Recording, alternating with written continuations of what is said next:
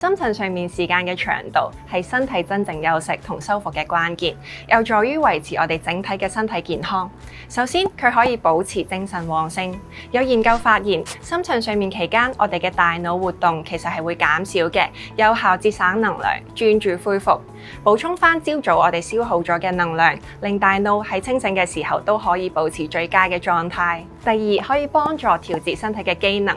深層睡眠嘅時候咧，大腦嘅細胞得以休息，肌肉處於一個完全放鬆嘅狀態咧，身體嘅代謝會加快，有助於恢復體力同埋消除疲勞。充足嘅深層睡眠時間仲有助於修復我哋嘅器官同埋組織，減慢細胞老化，仲可以提高我哋嘅免疫力添。第三，可以幫助增加記憶力。研究顯示，大腦喺深層睡眠期間嘅活動會減慢，有助於促進記憶重播同埋鞏固記憶，可以將短期記憶轉化為長期記憶，增強我哋嘅記憶穩定性，令我哋可以將接收到嘅資訊更加有效咁保存。